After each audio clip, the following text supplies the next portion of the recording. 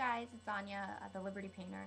As some of you may know, before I started supporting Ron Paul, I wasn't really that active in politics and I just didn't really care.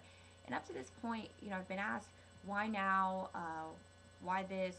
Like, what is it about the liberty movement that's motivated me so much? Or, why is it that all of a sudden I care? When for so long I just didn't really ask too many questions, I didn't voice my opinion about it, kind of stayed away from the subject.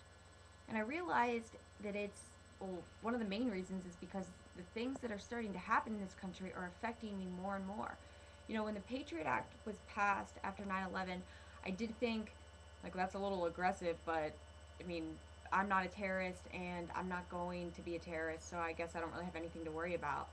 And I complained when I was at the airport and it took longer to get through, but I didn't realize that that was the open door to a whole new world of regulations and laws against the American people that actually do affect me on a daily basis and could lead to so many greater implications than what might be seen initially. So today, a bill was passed unanimously in the Senate and almost unanimously in the House, minus three people, one being Ron Paul, of course, uh, to make it illegal to protest in any area that the government deems restricted, including places where there's the CIA, where the CIA is, but it also limits some pretty random places because they have a lot of people there, like the Super Bowl, and basically what it does is outlaws protesting, not violent protesting, which is already outlawed. We're talking about nonviolent protest. Any place the government thinks is restricted. Now, maybe that doesn't seem like a big deal to you if you're the kind of person that doesn't protest, but I mean, I don't really protest about anything, but what if protest means simply having an opinion and vocalizing it at a place now that the government says that you can't do that?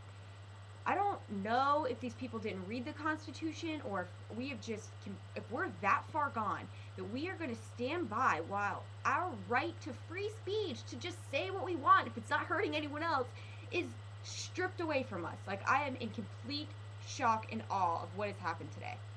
I assumed that if word got out, like, more people would be upset about it or, at least be talking about it. Then I got a phone call from one of my family members that, we disagree about politics, which is fine, but some of these issues I personally think are universal outside of whatever party you belong to or political affiliation you have. Like, these, we're talking about human rights here that everybody should be concerned about. So when I brought it up, like, hey, did you hear about what happened with this thing today, this law that they passed? And he just brushed it off like it really wasn't a big deal to him. And he said, well, don't you know it's only in restricted areas? Like, if the FBI or the CIA is there, then, you can't protest. And I was like, I mean, that's crazy. You don't, nonviolent protest? Like, where does it end? If the government, what if they say that, like, the grocery store is restricted, or any place that you feel like being, voicing your opinion, the government doesn't like it, they just say that that's illegal, and now we can't do that ever again, despite the fact that our country was founded on the right to be able to say what you want. Like, it, okay. Obviously really passionate about this. So he proceeds to give me the reasoning for why this is justified. And he tells me that it's because Santorum had glitter poured on him at one of these debates. I'm in shock. Like, please tell me that people are not giving up their civil liberties because someone got glitter poured on them at a public event?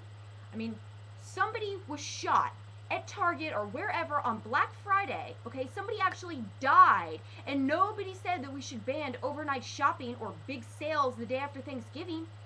But what if they had?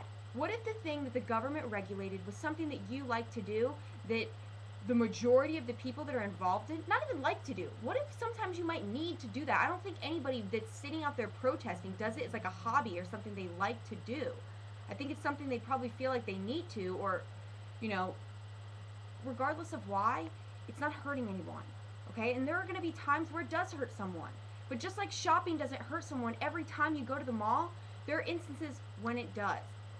In this case, when you look at the Occupy movements and, where people have been protesting more, maybe that's why it's more of an important issue right now, why we're even talking about it, the amount of people that are seriously injured is very low, and the people that are causing problems aren't the ones who are non-violently protesting. I think it's wrong to outlaw all protesting because the government is thinks it should be done. I want some evidence as to why this is justified and why it is we should give up our seriously valuable liberty, our freedom. Why? If someone can give me a better answer than because Santorum had glitter spilled on them, I want to hear it. And for all the people that think that this is okay and don't have any question about it, just, well, government says we should do it, good idea.